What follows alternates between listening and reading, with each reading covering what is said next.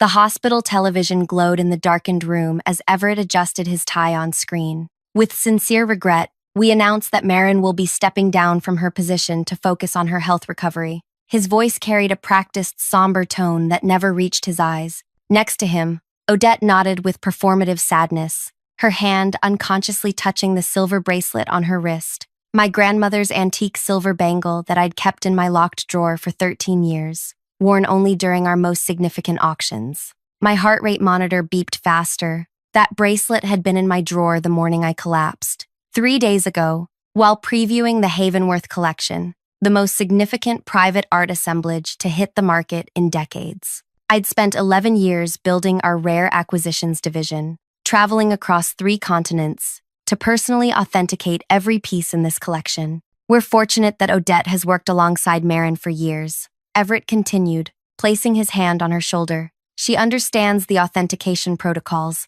and will ensure a seamless transition as our new head of acquisitions. I gripped the remote with trembling fingers, my knuckles white. Lies. Authentication isn't something you absorb through proximity. It's thousands of hours studying brushstrokes, pigment aging, canvas textures, the subtle reactions of materials to ultraviolet light, things I'd never fully shared with Odette or anyone. The news segment cut to clips of Odette walking confidently through our preview gallery. That was filmed today, wearing my role like she'd been born to it. The upcoming Havenworth auction will proceed as scheduled, she announced to the camera, gesturing toward the Renaissance portraits I'd spent months authenticating. Marin laid excellent groundwork, and we're moving forward with her vision. My vision. 5 pieces in that collection had raised red flags during my final examinations. Subtle inconsistencies in the Van Eyck that no one else would catch. A questionable signature on the Botticelli study. The slightly wrong chemical composition in the green pigment of the Dürer landscape. Issues I'd planned to resolve before publishing the final catalog. Information I kept in my head, not written anywhere. A text message illuminated my phone. Congratulations on your retirement. The board approved the transition this morning. Take care of yourself. Everett. I hadn't submitted any retirement. There had been no discussion, no transition plan. The nurse entered, checking my IV drip. Your heart rate's elevated. Everything okay? Just work stress. Exactly what put you here, she replied, adjusting something on my monitor. Severe exhaustion, dangerously high cortisol levels, and that minor cardiac event. Your body can't take this kind of stress anymore. After she left, I pressed my emergency call button. 20 minutes later, my doctor stood at my bedside. I need to leave, I said. Absolutely not. You've had a cardiac event, your blood work is concerning, and what happens if I check myself out? She sighed. I strongly advise against it, but legally, you can sign an AMA form, against medical advice. Get me the form. Marin, you need to rest. Whatever's happening at work, they're auctioning forgeries, I whispered.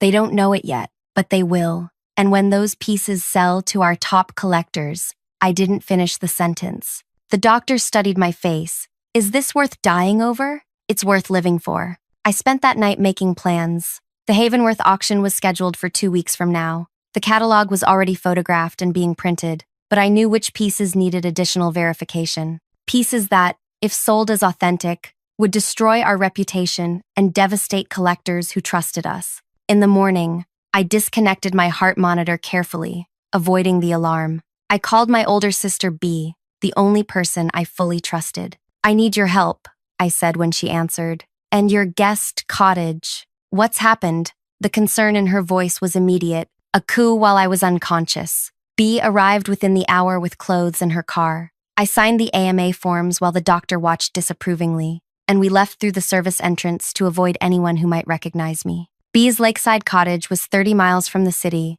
secluded and peaceful. As she helped me settle in, I explained everything. You need to call a lawyer, she said, her face tight with anger. Not yet. First, I need to make some calls. Over the next 3 days, I reached out to contacts across the art world, not to expose what was happening, but to ensure they would watch the auction with scrutiny. The Havenworth collection has some interesting pieces, I said carefully. Pay special attention to the Northern Renaissance works and the Italian studies. On the 4th day, my former employer announced my official resignation due to health reasons. They released a statement thanking me for my 11 years of service and expressing full confidence in Odette's leadership. Before I continue any further with this story that's going to reveal corporate betrayal at its most calculated, I want to sincerely thank you for listening. If you're enjoying this account of what happened to me, please take a second to like this video and subscribe to the channel. Your support means absolutely everything. And trust me when I say,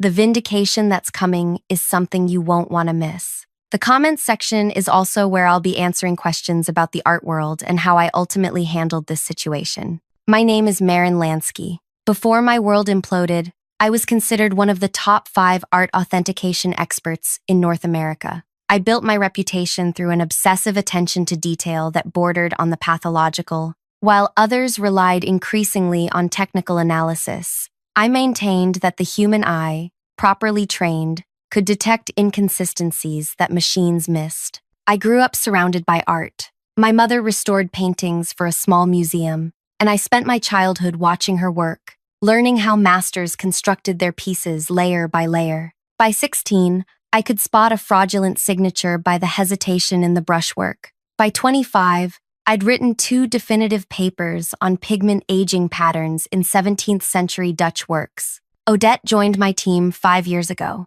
Ambitious, quick learning, always eager to stand beside me during examinations. I liked her initially. Her enthusiasm reminded me of my younger self. She asked intelligent questions and remembered everything I said. I began bringing her to important authentication sessions, explaining my reasoning as we examined pieces together. What I didn't realize was that she was cataloging my methods without understanding the deeper intuition behind them. She was learning to mimic my conclusions without grasping the underlying principles. Everett hired me 11 years ago to build the acquisitions division from nothing. We succeeded beyond anyone's expectations, growing from handling $10 million in annual auctions to over $200 million.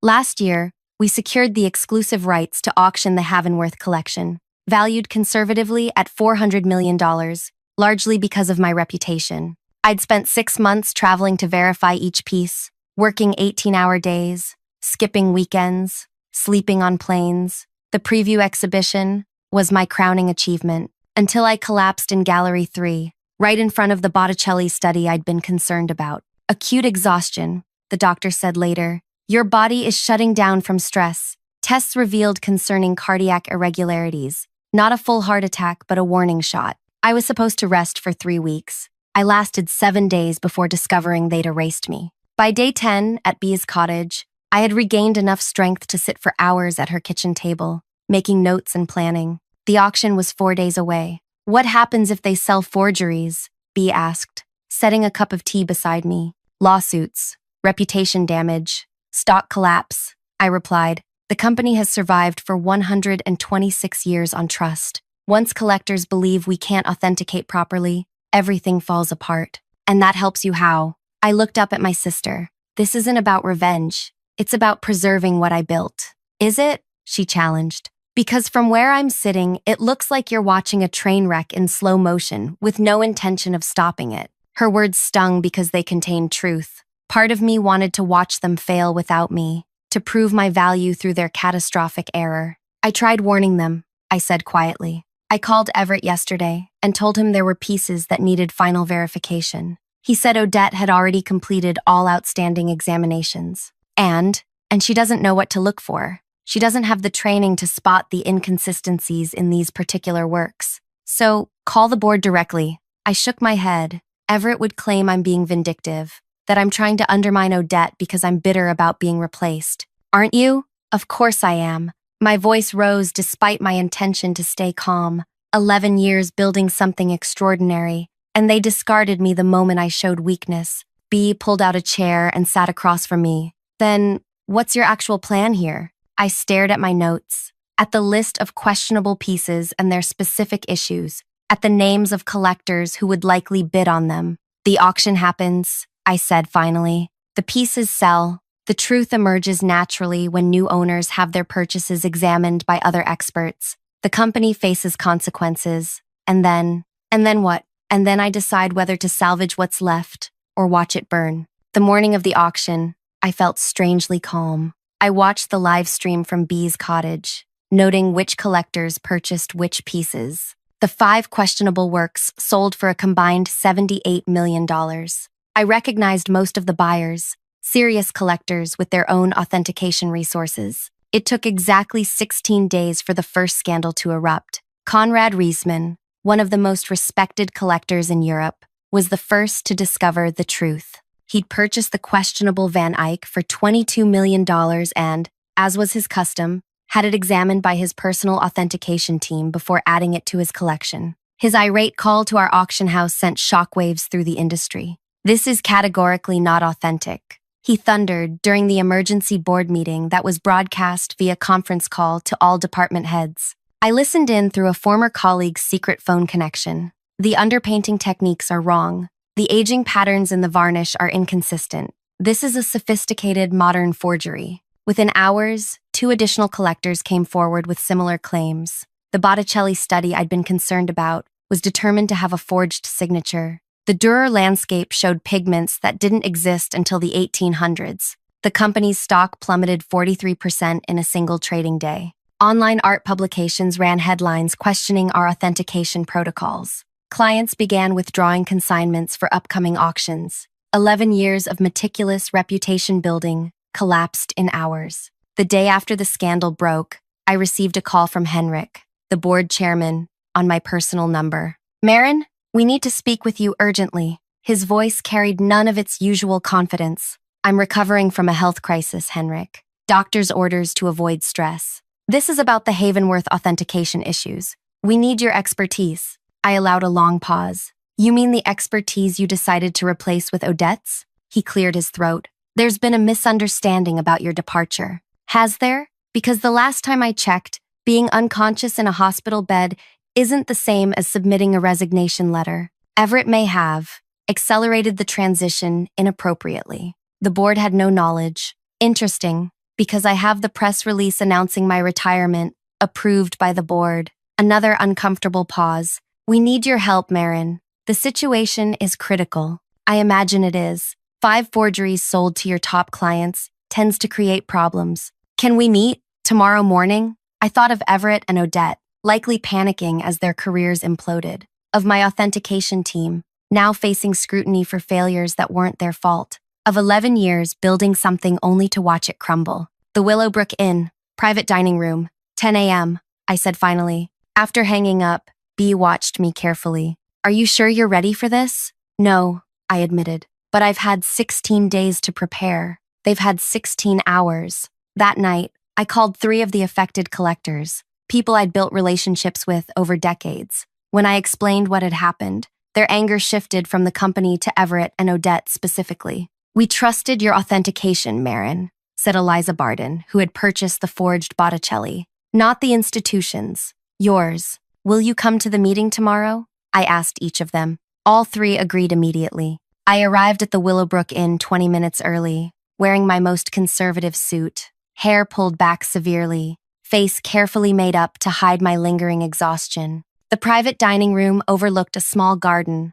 where spring flowers were just beginning to bloom. Henrik arrived 5 minutes later, looking haggard, alongside 2 board members I recognized. The shock on their faces when they saw Eliza Barden, Konrad Riesman, and Wei Ling already seated at the table was precisely what I'd hoped for. "What is this?" Henrik asked, stopping abruptly. "These are the people who purchased forgeries from your auction," I said calmly. I thought they should be part of our conversation. The board members exchanged glances. They had clearly expected to find me desperate and willing to help clean up their mess. Instead, they found me composed and flanked by 3 of the most influential collectors in the world. "Please, sit," I gestured to the empty chairs. For the next 40 minutes, I explained exactly what had happened, how I'd identified the questionable pieces but hadn't completed final verifications before my collapse, how my notes were mental, not written, as was my standard practice for final authentication,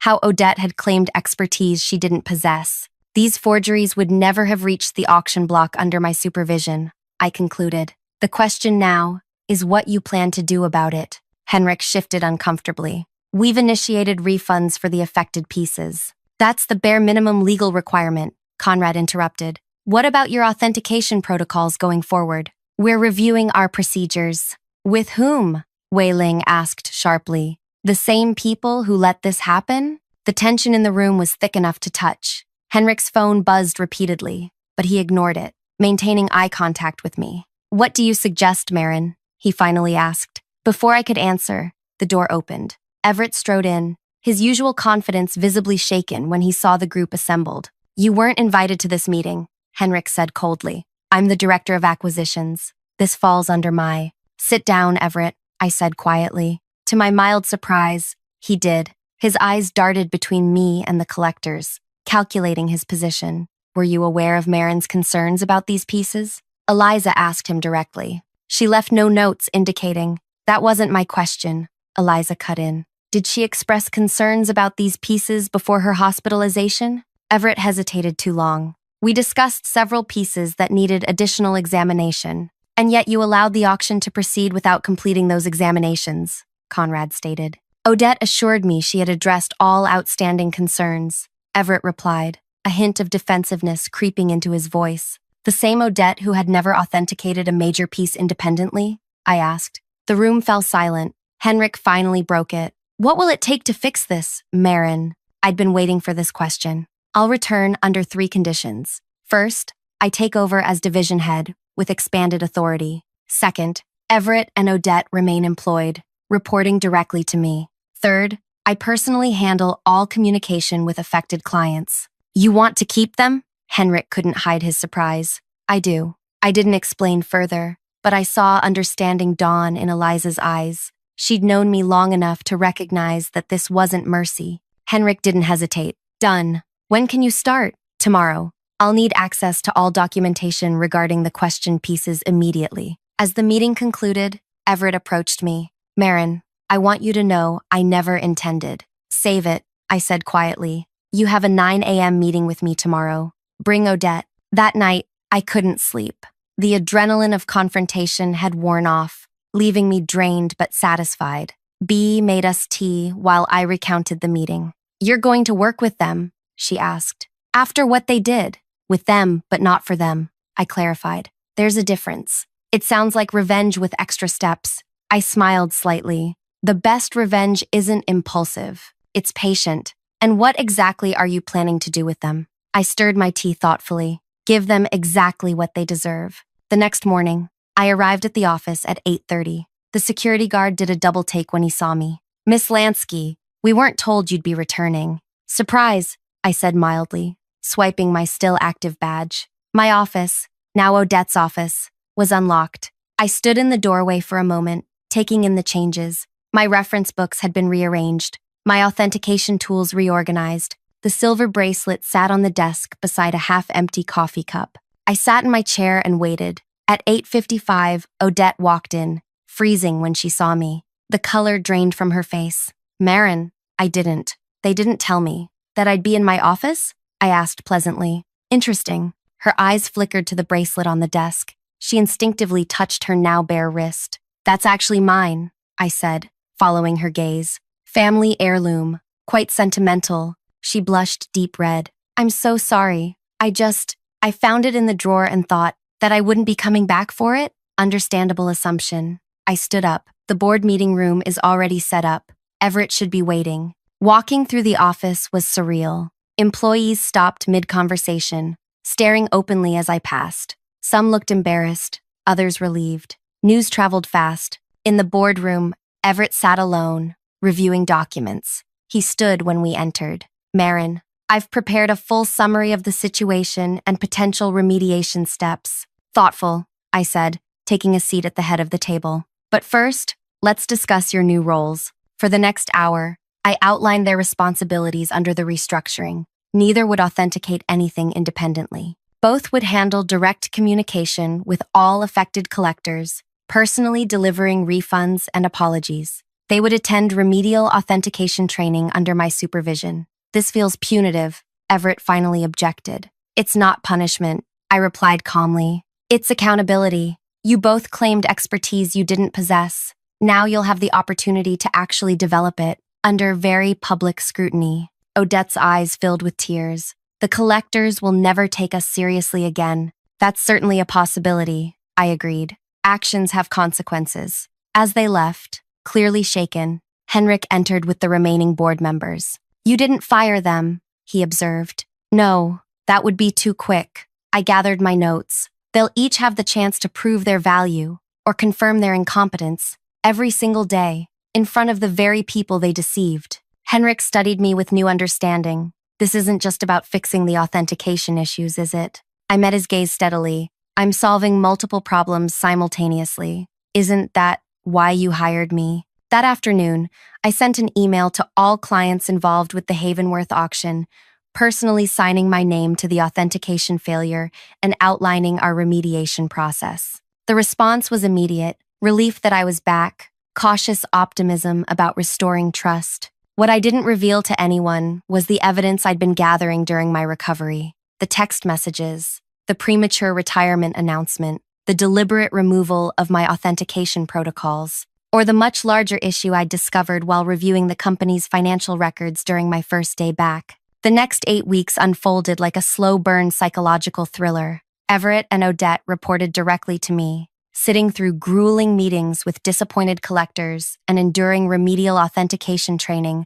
that exposed their limitations daily. I assigned Everett to personally handle the refund for Conrad Riesman's forged Van Eyck, a particularly humiliating task given Conrad's reputation for ruthless questioning. Odette was tasked with creating a comprehensive presentation on the exact authentication failures that had allowed the forgeries to reach auction. She delivered it to the entire international team while I watched from the back row, noting every stumble and incorrect technical term. But beneath these visible consequences, I was working on something far more significant. Late one evening, while reviewing financial records from the past 18 months, I discovered unusual payment patterns, large consultancy fees to an entity named Aurora Advisors that appeared 3 days after major auctions. The amounts varied but averaged 4% of auction proceeds, substantial sums that seemed excessive for legitimate consulting work. When I tried accessing details about Aurora Advisors, I hit a permission barrier.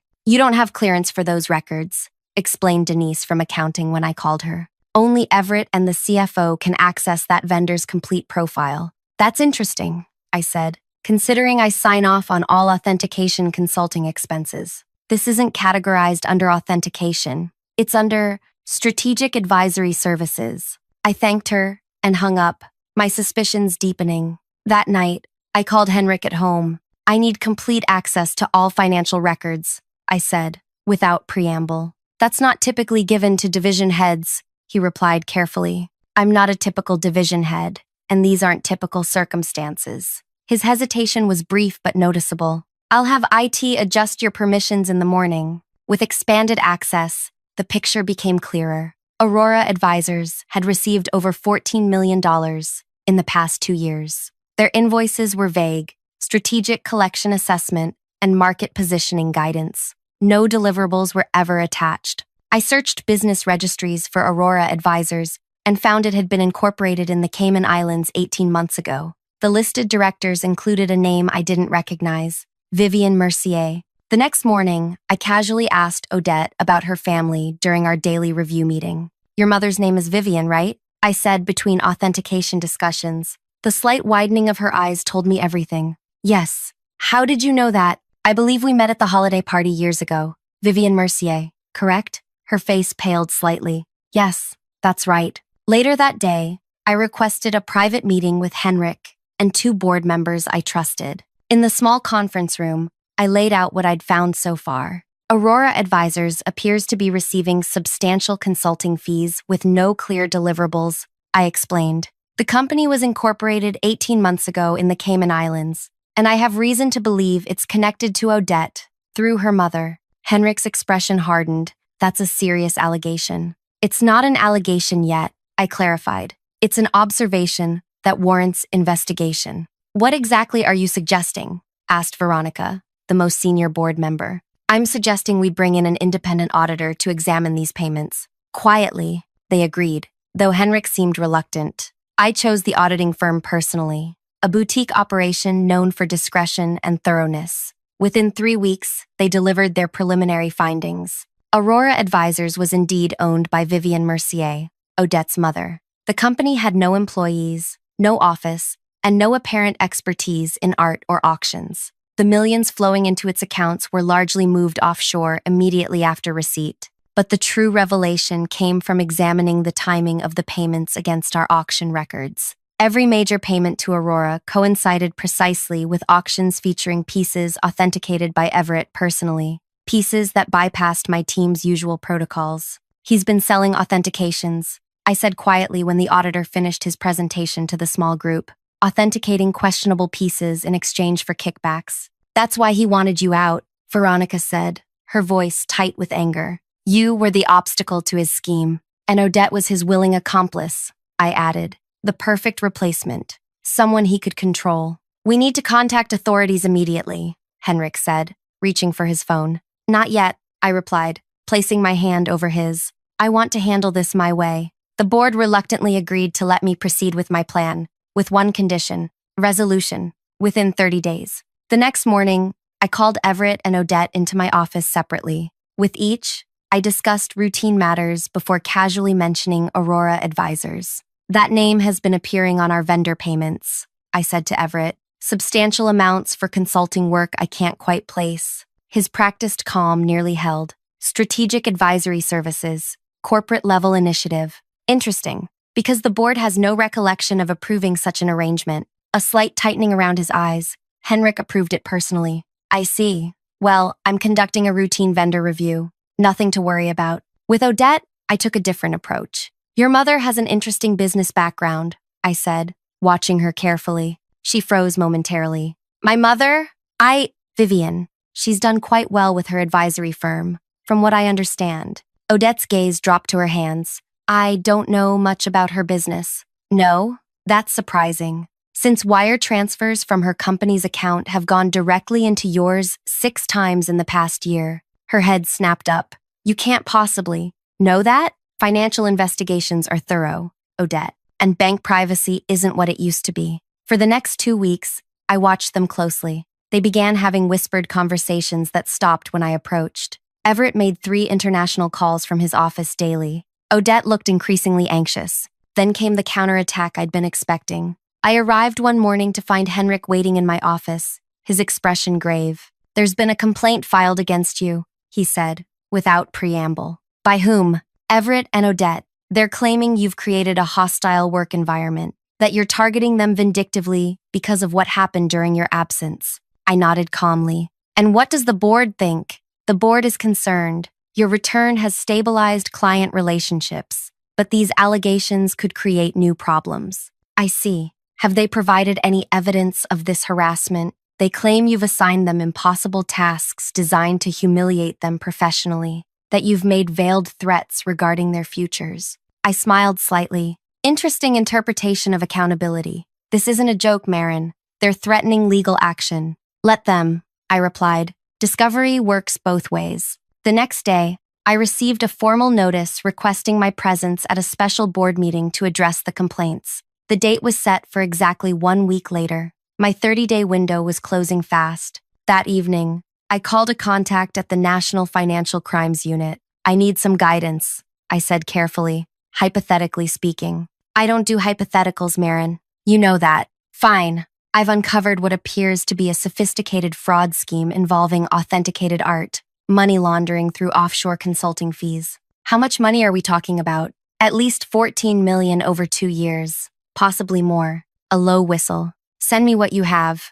No promises, but I'll look." 3 days before the special board meeting, I received an unexpected call from Wei Ling, one of the collectors who had purchased a forged piece. "I've been approached about an unusual proposition," she said without preamble. "What kind of proposition?" "Everett contacted me privately. He offered to personally replace my forged piece with an authentic work from his private collection, at no cost, if I would speak on his behalf at your upcoming board meeting." My pulse quickened. "What did you tell him?" "That I would consider it. I thought you should know." "Has he approached any other collectors with similar offers?" "Conrad received the same proposal. He was less diplomatic in his refusal." I thanked her and hung up, immediately calling the other affected collectors. 3 had received similar offers. All had been asked to testify that I had known about authentication issues before my collapse, but proceeded anyway due to pressure to meet auction deadlines. They were trying to flip the narrative, to make me the villain of this story.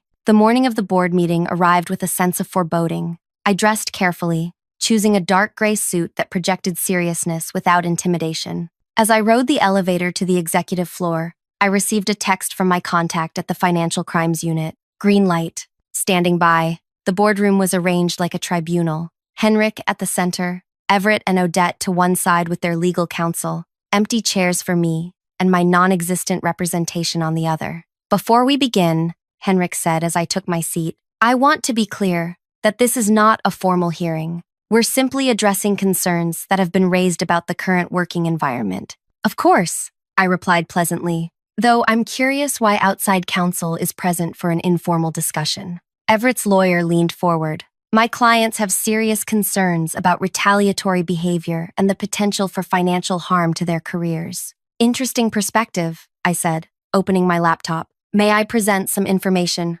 relevant to this discussion? We're here to discuss your behavior, Marin, Everett cut in, not to review company operations. Oh, but the two are inseparable, I replied, connecting my laptop to the room's display system. My behavior has been directly motivated by what I discovered in company operations. The screen illuminated with the first slide, a flowchart showing payments from our auction house to Aurora advisors, then to various offshore accounts, and finally to personal accounts belonging to Everett, Odette, and Vivian Mercier. What is this? Henrik demanded. This, I said calmly, is why Everett and Odette needed me gone. For the next 30 minutes, I presented the evidence I'd gathered. The suspicious authentication approvals, the precisely timed payments, the offshore money movements, the forged pieces that had somehow received Everett's personal authentication stamp despite clear problems. You've been selling authentications, I concluded, looking directly at Everett,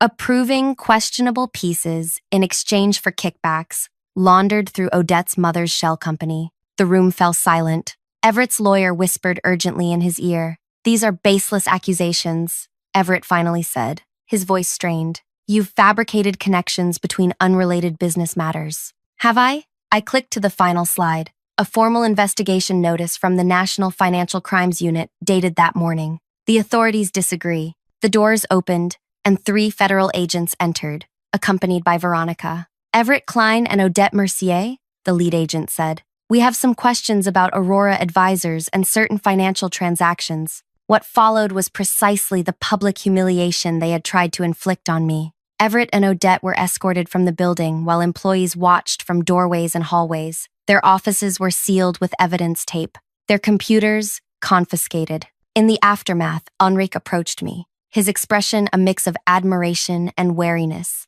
You orchestrated this perfectly, he said quietly. No, I corrected him. They orchestrated it themselves. I simply waited for the right moment to expose it. 6 months later, the company had largely recovered. The scandal had been contained to Everett and Odette, who were now facing multiple federal charges. I had been formally appointed as Executive Director of Global Authentication, a new position with oversight of all authentication processes worldwide. On the anniversary of my hospital stay, I received a small package. Inside was my grandmother's silver bracelet and a note from Odette, written from the detention center where she awaited trial. I wanted to return what wasn't mine. It read, I'm sorry for everything. I slipped the bracelet onto my wrist, feeling its familiar weight. Some might consider my revenge complete, but I knew better. True vindication wasn't in their punishment. It was in rebuilding what they had nearly destroyed, stronger and more resilient than before. The art world is built on trust,